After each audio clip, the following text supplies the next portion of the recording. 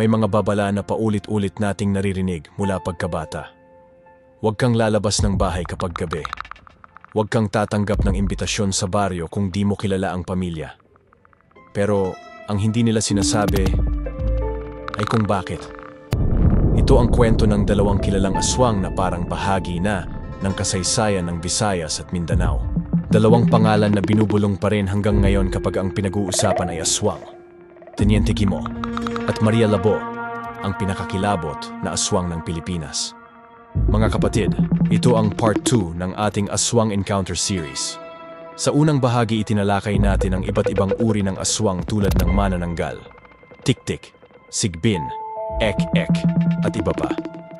Ang kanilang pinagmulan at paniniwala ng mga Pilipino tungkol sa aswang mula pa noong unang panahon. Kung hindi nyo pa napanood ang video, inaanyayahan ko kayong panoorin sa link na makikita pagkatapos ng videong ito. Sa episode na to, pag-uusapan natin ang dalawang kwento na paulit-ulit ikinukwento ng matatanda.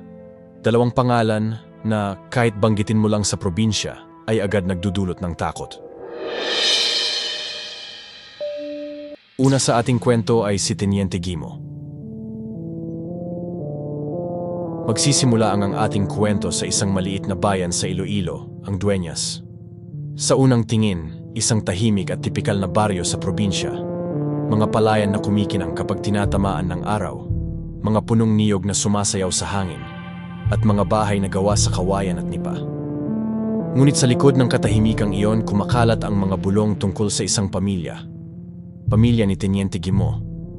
Si Guimo ay hindi basta-basta. Siya ay sinasabing isang pinuno o opisyal sa kanilang baryo, kaya tinawag na Teniente. Sa paningin ng mga tao, isa siyang iginagalang na lider. Ngunit sa dilim ng gabi, may ibang mukha si Guimo. Ang kanyang pangalan ay halos naging kasing kahulugan na ng aswang sa Iloilo. Sabi ng matatanda, ang kanyang pamilya ay matagal nang may dugong aswang. Ang kanilang bahay, na laging puno ng panauhin at kasayahan, ay may isa palang nakatagong lihim. Kapag may bisita silang hindi taga roon, bihira itong nakakauwi ng buhay. Sinasabing nagkaroon ng kaibigan ang anak ni Teniente Guimo, isang dalagang galing sa kabilang baryo. Masayahin, inosente, at walang kamuwang-muwang sa kapalahrang naghihintay sa kanya. Sa mga bersyon ng kwento, minsan isa lang siyang kaibigan, minsan naman siya ay isang panauhing imbitado sa pista. Pero iisa ang konklusyon, siya ang magiging biktima. Isang araw, inimbitahan siya ng anak ni Guimo na tumuloy sa kanilang bahay. Doon ka na matulog, wika raw ng anak. Sa panahong yon, normal ang mag-imbita ng bisita, lalo na kung may pista o malaking salo-salo sa baryo. Kaya't walang alinlangan, sumama ang dalaga. Dumating ang gabi. Malakas ang hangin at ang buwan ay nakasilip lamang sa manipis na ulap. Sa bahay ni Guimo, inasikaso ang dalaga. Pinakain, pinatulog, at tila ba walang masamang mangyayari. Ngunit habang siya'y mahimbing na natutulog, may mga bulungan na narinig mula sa kabilang silid.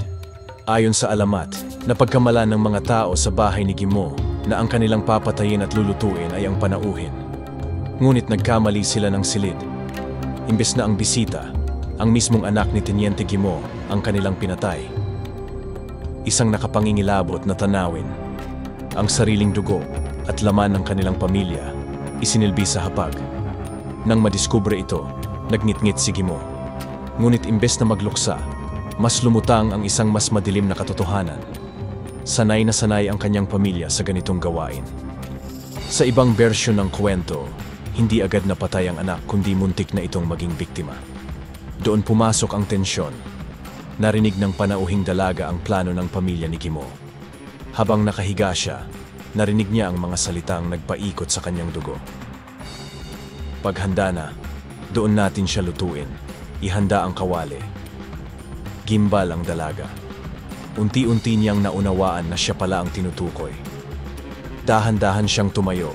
Pinilit huwag gumawa ng ingay at tumakas mula sa bahay. Ang kanyang pagtakbo ay mistulang habulan ng buhay at kamatayan. Sa ilalim ng dilim ng gabi, sa mga masukal na daan, hinabol siya ng mga tao ni Gimo. May dala silang mga itak at may ilan pang nagsasabing nakakita ng kakaibang anyo sa kanila. Mahahabang dila, nagngangalit na mga mata, at anyong hindi na pangkaraniwan. Sa awa ng tadhana, nakalayo ang dalaga. At mula noon, ang pangalan ni Teniente Gimo ay hindi na muling nilimot. Kagandahan ng mga kwentong bayan, hindi kailanman iisa ang bersyon. May mga nagsasabing hindi totoo ang lahat at gawa-gawa lamang ito para takutin ang mga kabataan sa Dueñas.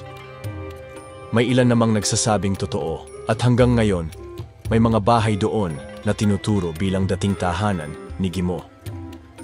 May nagsasabing ang tunay na biktima ay ang anak niya dahil sa isang pagkakamali ng kanyang pamilya.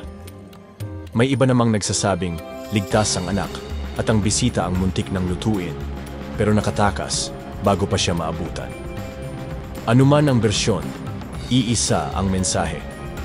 Si Teniente Gimo at ang kanyang pamilya ay matagal nang inuugnay sa pagiging aswang.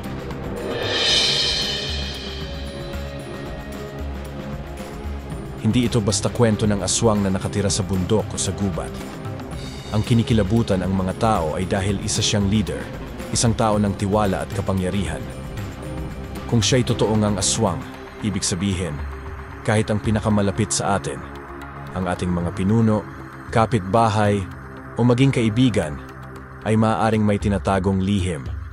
Sa paglipas ng panahon, ginawang dula, kwento, at minsan pa'y pelikula ang alamat ni Teniente Gimo. Sa mga paaralan, ikinukwento ito tuwing may takutan sa klase.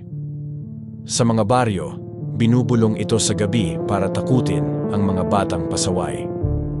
Maraming bersyon ng alamat ni Teniente Gimo. May nagsasabing tunay itong nangyari. Ang iba'y nagdagdag ng mga detalye na may mga guro, estudyante, o sundalo na rin daw ang nabiktima. Ngunit sa lahat ng bersyon, iisa ang kakilakilabot na detalye. Si Teniente Gimo at ang kanyang pamilya ay mga aswang na kumakain ng tao. At hanggang ngayon, ang kanyang pangalan ay binabanggit pa rin bilang isa sa pinakakilalang kwento ng aswang sa Visayas at maging sa Mindanao. Kung may isang kwento na nagpapakita ng panganib mula sa kapangyarihan, mayroon namang isa pang kwento na nagpapakita ng panganib mula sa sariling dugo at laman. Kilalanin natin ang isa pang kilabot ng Visayas at Mindanao, si Maria Labo, ang babaeng aswang na naging alamat dahil sa sariling pamilya na mismo ang kanyang biktima. Kung si Teniente Gimo ay kwento ng pagtataksil ng isang lider ng sambayanan, si Maria Labo naman ay kwento ng isang ina na naging halimaw. Si Maria ay isang simpleng may bahay mula sa Iloilo. May asawa, may anak, at gaya ng maraming Pilipino, nangarap na makapagtrabaho abroad para sa mas magandang kinabukasan. Naging OFW siya, nagtrabaho bilang kasambahay. Ngunit ayon sa alamat, doon nagsimula ang lahat. May nakasalamuha raw siyang aswang, o kaya na may naisumpa siya ng isang nilalang na hindi nakikita. Pagbalik niya sa Pilipinas, dala na niya ang gutom na hindi mapapawi ng ordinaryong pagkain. Sa una, napapansin lang ng kanyang pamilya na pumapayat siya. Madaling mapagod, laging tulala, at minsan bigla na lang mawawala sa gabi. Ngunit isang gabi, narinig ng kanyang asawa ang iyak ng kanilang anak mula sa kusina. Nang siya'y tumakbo, tumambad sa kanya ang nakakasuklam na tanawin. Si Maria, duguan ang bibig, at kagat-kagat ang laman ng kanilang sariling anak. Sigaw ang gumising sa buong baryo. Nagpupumiglas si Maria, ngunit wala na ang kanyang diwa. Hindi na siya ina, isa na siyang halimaw na gutom sa dugo. Kumalat ang balita. Nagdesisyon ang mga kapitbahay na sugurin siya, dala ang itak, bawang, at mga krus. Nang makita nila si Maria, umaatungal siya. Nagtatakbo sa dilim, parang hayop na sugatan. Nagawa siyang masugatan sa mukha ng kanyang sariling asawa. At mula noon, tinawag siyang Maria Labo, mula sa salitang labo o hiwa, dahil sa malaking peklat sa kanyang pisngi. Ngunit hindi natapos ang kanyang kasaysayan doon. Sabi ng iba, nakatakas siya at lumipat ng probinsya. Sa bawat lugar na kanyang tinuluyan, may naiiwang kwento ng pagkawala, ng puntod na walang laman, at ng batang hindi na muling nakauwi. Hanggang ngayon, marami ang naniniwalang si Maria Labo ay patuloy na gumagala. Nakikisama sa mga tao sa araw, pero sa gabi, nagiging halimaw muli. Ano ang koneksyon ni Teniente Guimo at Maria Labo? Pareho silang nagsimula bilang tao, ama, ina, magulang na iginagalang. Ngunit pareho silang natapos bilang halimaw, simbolo ng pinakamasakit na kataksilan. Isang magulang na pumapatay at kumakain ng sarili niyang anak. Para sa ating mga Pilipino, ito ang pinakamalalim na anyo ng horror. Hindi dahil sa totoo o hindi, kundi dahil sa bigat ng simbolismong dala nito.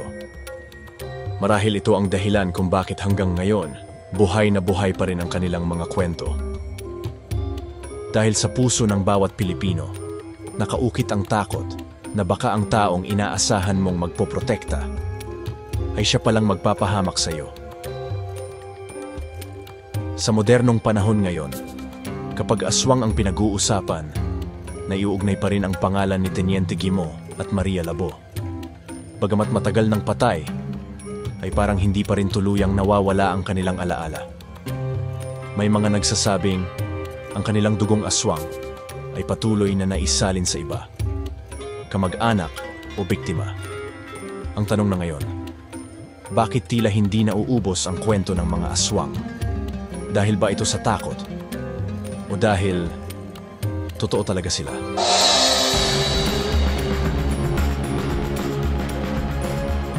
Kung ang dugo ng isang aswang ay dumadaloy sa kanilang angkan, ilan pa kaya sa paligid mo ang kamag-anak nila at nagtatago sa anyong tao?